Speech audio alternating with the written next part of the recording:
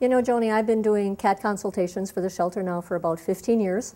And what that means is when people are thinking about giving up their cat because of a litter box issue, they contact our behavior hotline and I give them a call back.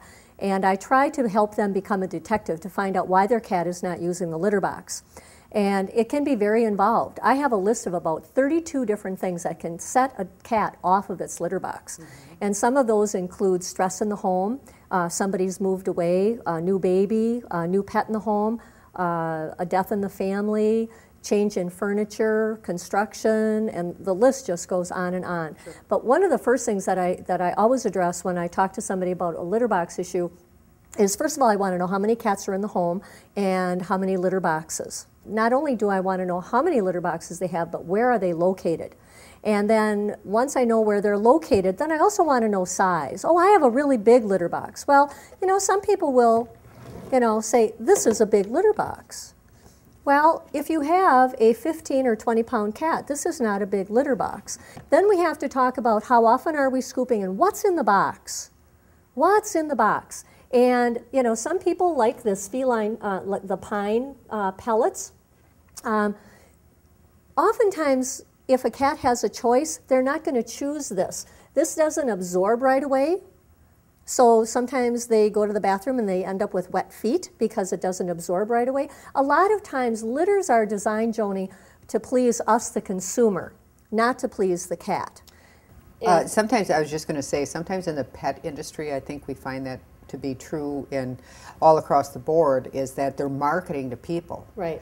And so when they market to people, obviously, you know, it's not always in the best interest of the animal. Right. So people have to really think that all the way through when they're purchasing. And just so that you know, and that our viewers know, I actually did an experiment at my house with my cats. And I had a litter box with the wood-type pellets. I had an unscented litter. I even used a box with the crystals. This is something called yesterday's news. Again, it absorbs, but not immediately. So if your cat has a large volume, you know, he's going to end up with wet feet, and it's like, well, I don't like this. And then on the end here, Joni, we have one, it looks just like this one over here. This one is totally unscented. That one says that it's unscented, but if you open that jar and smell it, you will find that it still has fragrance to it. Because it's just like food items that we purchase that say fat-free. Things that are fat-free can still have a certain amount of fat in them before they can no longer say fat-free. The same is true with fragrance, and I learned this because of laundry soaps, because I have allergies. It can have a certain amount of fragrance in before they can no longer say fragrance-free. So you may buy something that's fragrance-free, but you actually need to open up that box, you know, shake it up a little bit, and then put your nose in it and find out, oh, I can't smell anything. That's fragrance-free. That's what's going to be fragrance-free for your kitty. Cats prefer, they don't like a lot of perfume. Cats also are drawn to their litter box because it smells familiar. We all like things that smell familiar. If you have a loved one that's passed away, you might pick up their scarf and, oh, that smells like grandma. You know, the same is true with your cat's litter box. He comes to the box and he goes, oh, this smells familiar. This smells like me. This is a good place. He doesn't want it to reek of himself.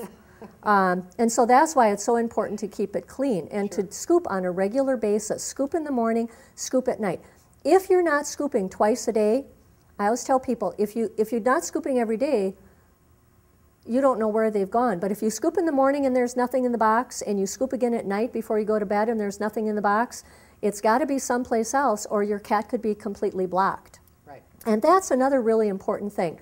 When somebody's having a litter box issue, before we even, you know, I may ask them some of these questions, but most importantly, usually the first thing I ask them is, when's the last time your pet has been to the veterinarian?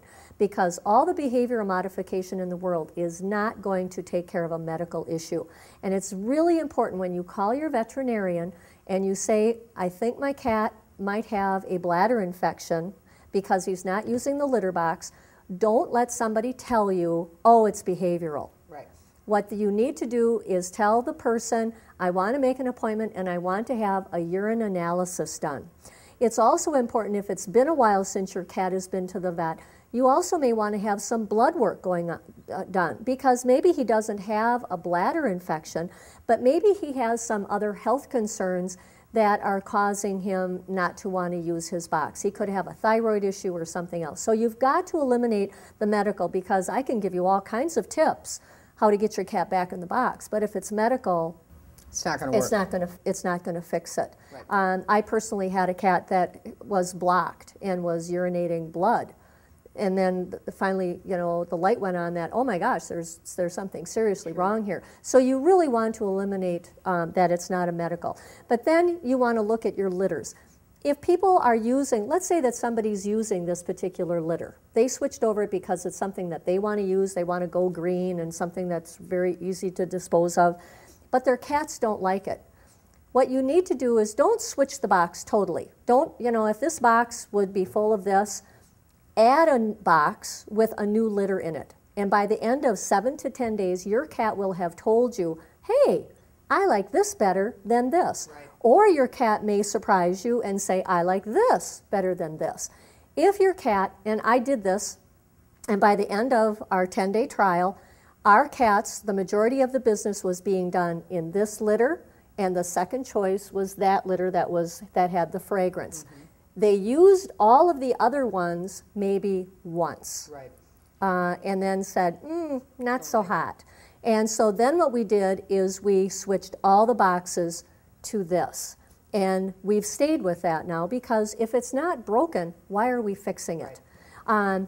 The other thing is, sometimes when people wash their litter boxes at the end of a month or a couple weeks, there's going to be soiling on the sides of the boxes. You want to take your scooped litter and, you know, take that out and then pour what's left, the gently used litter, in an ice cream pail.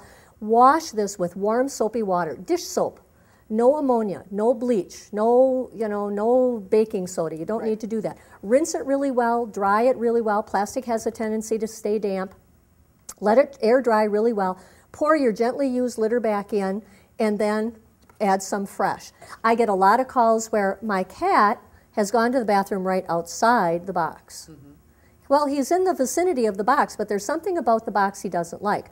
Now, there are times if you have cats that are prone to urinary tract infections, and I have a little guy who is prone to crystals, so he's on a special food. That's painful when you go to the bathroom. Cats aren't logical like you and I. They go to the bathroom and it burns, and it's painful. So, okay, so, bad box. It hurt when I went to the restroom there. So they hold their urine.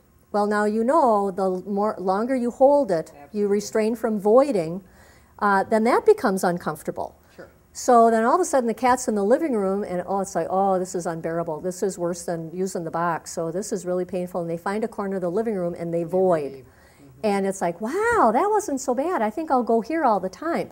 So it may also mean if your cat has an aversion, if they've had this for any amount of time, they may have an aversion to the shape of the box. They associate the box with the pain. So you may want to look into getting a different shaped litter box, like a oval or round. Or a baby bath type thing, or you know, anything that is unusual looking or doesn't look like their typical litter box. Look like a typical litter box. And I've seen that work many, many times. Right.